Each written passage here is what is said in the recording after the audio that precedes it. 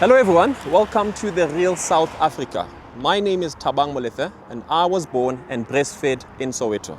I'm a qualified national tourist guide in South Africa. The name of my company is called Tsalanang Travel and Tours. And we do various tours across the province of Gauteng. Today we're going to be taking you through the township of Soweto. So that means we are going to be visiting some museum, some restaurants, some B&B, and really seeing and learning about the culture and the rich history that Soweto boasts. So it's merely about changing the way in which people perceive townships like Soweto.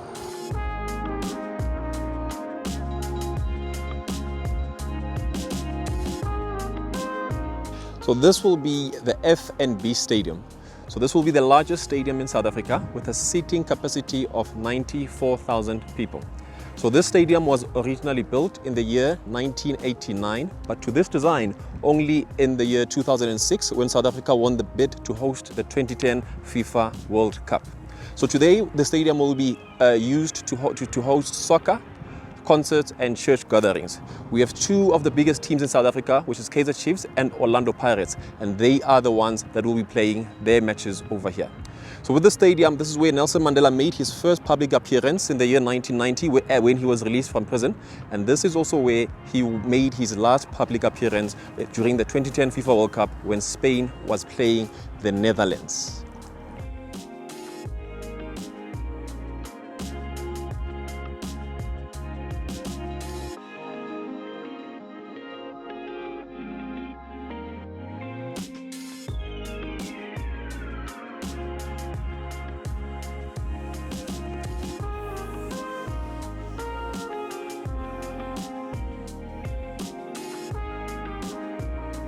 So we are now in Elias Motsoaledi Informal Settlement. So this is where I will usually come for tours and visit some of my friends. So I'm just going to introduce you to my friend. His name is Bohosi. And so this is his house. He was also born here and breastfed in Soweto. So he will just take us through the community and his house. Bohosi, you can come. Okay, the name of the place is Elias Motsoaledi. It was established in 1993. People, when they first came here in the community, they came as a camping site. Till 94, when you experience freedom, that's when you experience more shacks in the community. So I will also be taking you inside the houses so that I can be able to show you what people use for cooking, for boiling water for themselves to bath, how they live inside their houses.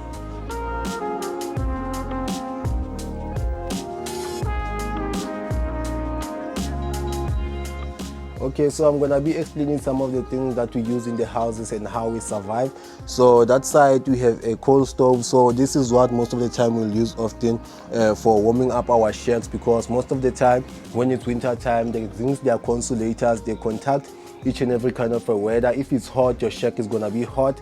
If it's cold, your shack is gonna be cold. So during winter time, we use the coal stoves to warm up our shacks so that they can be warm. So in that side, so we have a primer stove. This is the primer stove. So this is more what we will use most of the time for cooking and boiling water for ourselves to bath. So it uses paraffin inside. So most of the time we also demonstrate it to the people. And that side you have a gas stove. So this one, it uses gas. So for you to use it, you have to refill it.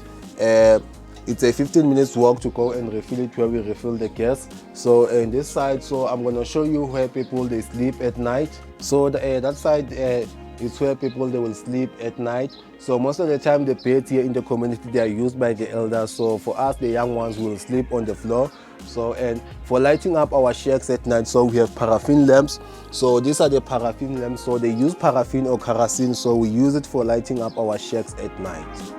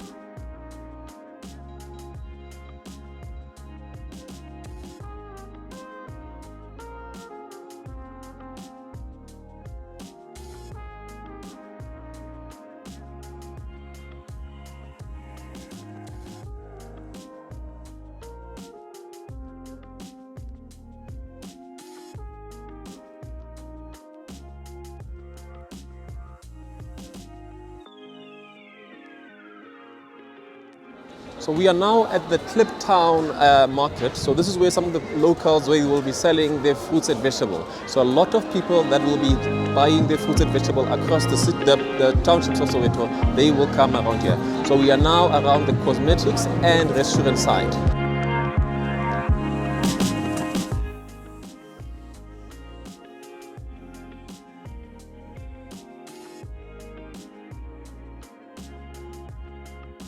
So this will be the Soweto Towers, popularly known as the Orlando Power Station.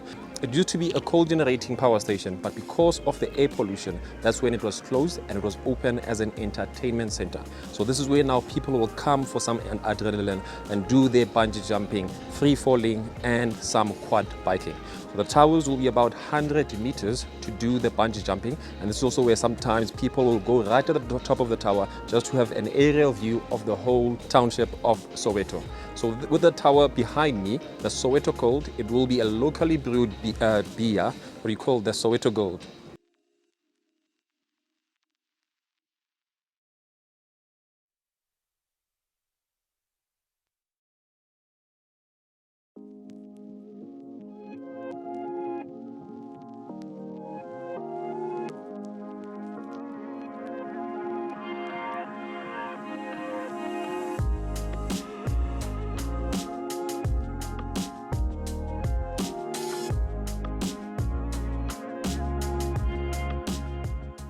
So this is the Regina Mundi Catholic Church. Regina Mundi, which is Latin, which means Queen of the Universe.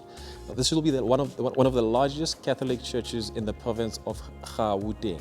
Now this church over here would have been opened in 1962. It wrote its name in the history books of South Africa when it opened its doors for some of the political activists during the times of apartheid. So this is where we also had former President of the United States, Bill Clinton, who visited the church. We also had the former First Lady of the United States, Michelle Obama, who held a women's only conference at the church.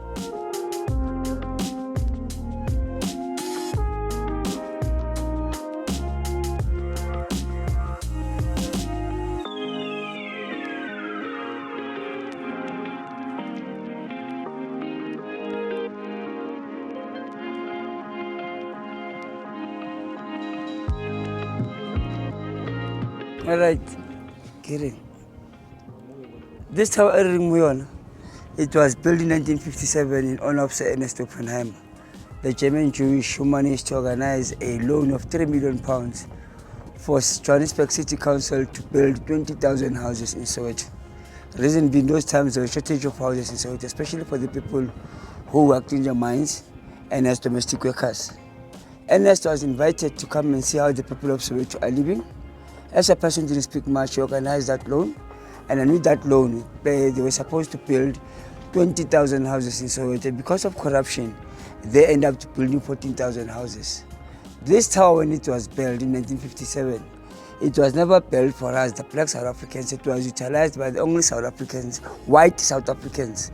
They would go to Marshalltown in Johannesburg, catch a green bus that will come to Soweto, protected by the police, just to come to the space to climb the tower, look at this beautiful landscape, and the people of Soweto by then, as if they were monkeys in the zoo waiting for the bananas, go to the community hall, have a high tea and expensive biscuits. At the same time, they would use this tower as the watchtower to guard the people of Soweto, helped me by the apartheid soldiers. In fact, let me say, this tower was a symbol of the white minority power in South Africa during apartheid time. And the steps in this tower are 49. Initially, they represent each and every township in Soweto. Soweto has 49 townships, 88 small neighborhoods. That's the beautiful landscape that you see around. All right, the place in Rinyona is a Kredomoto cultural village. Strokwa Highland. Kredomoto Idle village in 1974. For us, the people of Soweto, that were in touch with the traditional style since we live the modern life. Where we are, Kimori Chutant, how Africans used to pray before Moffat, Livingston, and other missionaries who came into Africa to introduce the Western Christianity, but the Bible list. Africans initially, a long time ago, before any moon would come and invade Africa, when Africa was real beautiful and positive, before they would say the Arabs, and the white people came into Africa. Africans never believed that the man was the first, that the woman came out of the rib of a man. Those were stories that came with the Western people, whereas Africans would believe that the mother was the first. That is why Africans, when they prayed, they had their own way of vision of praying in terms of the Trinity. Before I can speak about the Trinity, I will speak about an ankh. Because an ankh cross, that represents the life itself, the African family, which is our prayer. The round womb, the round part represents the womb, which is the mother. The small part in the middle represents the child, not the son. The long part represents the father. That's an African Trinity. Hence, Africans, when we start praying, we say, in the name of the mother, the father, not the son, but the child. The father has 4 different faces that face in the 4 cardinal points of the earth. They represent the 4 races that live in this earth. That was given birth by an African woman. Remember, an African woman is the only person that has an Eve's gene. And Eve's gene is the gene that can give birth to all the races. That is why those 4 faces that we see, those are the races that were given by African men. Hence, we've got the skull up here to show that even if we can fight upon our races, once we remove the skins, we are the same. We are the children of the same mother. The child is the one that Christians, they call him Angel Gabriele or Jesus Christ. We, the Africans, we say the child, or we say the traveler. Reason being, as Africans, we believe that as a human being, when you were born, you were never born alone. You were born with the gift of a child inside of you. The one that's going to love you unconditionally, protect you, share each and every second, every moment with you. Wherever you go, that child is always there. Remember, any human being in this earth, be it your friends or family, can't betray you, not the child inside of you. The mother's carrying a spear, the first weapon which was given to an African man to protect the motherland. Hence, Soweto Sere, the mother is the one that holds the sharpness of the knife to protect her family. She's got 2, the third eye on the chest, and the first one is behind the girl on the left, on the leg, with the eyes. It is for her to look and take care of the nature. That is why in the families, the mothers are the ones who are taking care of the child. Sere Sesotho, ke ne ke le ngwana ya sa tsebe letho ka fuwa mme ya nhlokomelang ka matsoho a nkuka a mpepa a nthuta puo. In a nutshell, in English, just to translate, because there are certain things you cannot translate into English. So you cannot translate it to that in reality. It says, I was a child, not knowing anything in this world.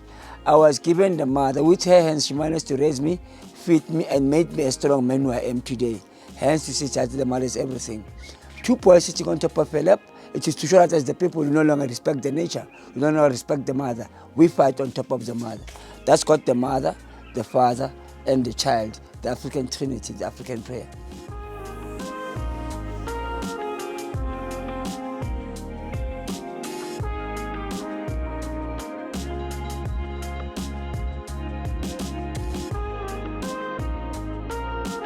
So this is the Hector Peterson Memorial. So this one was launched in the year 1992 by Nelson Mandela.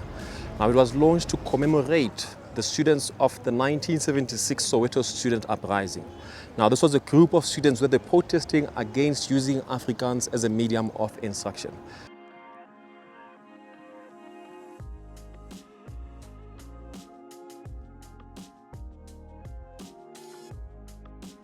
Okay, this is Vilakazi African Curio.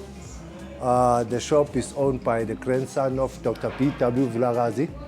Dr. P.W. Vilakazi is the first guy to get PhD degree in education.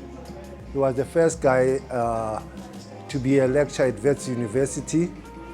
He was the first guy to translate English dictionary to Zulu. All what we have here, it's African. It's made in Soweto, made in South Africa. This side we got presidential shirts, dresses, scarves, and we also got this shwe that is made here in our shop. We got Ndebele thing that's made by Mam Esther Mahlangu. We also got ostrich eggs, pure African. We also have the Zulu basket that come from Durban. We got Soweto t-shirts, candles, we got skins, ceramic dishes. This side we got throws. We also got cushion covers, tablecloth with napkins, These ones are made out of telephone wire, table mat, skins. We also have nice t-shirts that shows the big five, the animals that we have in South Africa. We got nice home decor. That side that's made by Zawadi. And that side we got beadwork, the beads.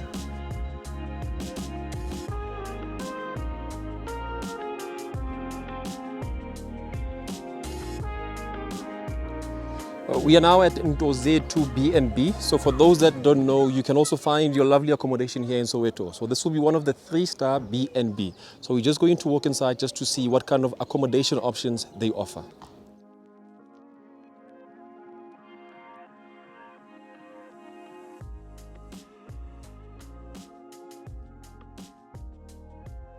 So we are inside the beautiful B&B in Soweto. So right now where we are at, this will be the breakfast area. So this is what the kind of beauty that you will be waking up to.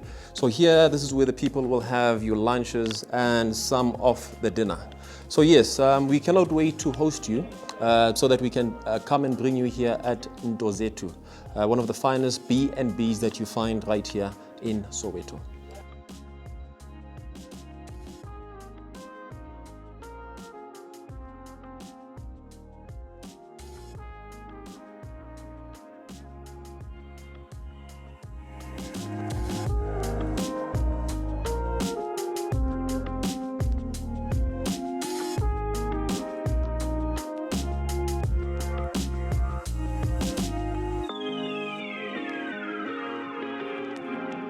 We're now inside the Nelson Mandela house. So this is where Nelson Mandela stayed with his first wife, Mama Evelyn Mase, and his second wife, Mama Winnie Madikizela Mandela. Now, when Nelson Mandela was released from prison after spending 27 years in prison, that is when he came here on the 11th of February. However, he only stayed here for a very short 11 days because of the safety. The media and the people of Soweto all wanted to see this giant called Nelson Mandela. So that's when he moved from Soweto and he went to Houghton. So we're just now going to take you inside just to have a quick view.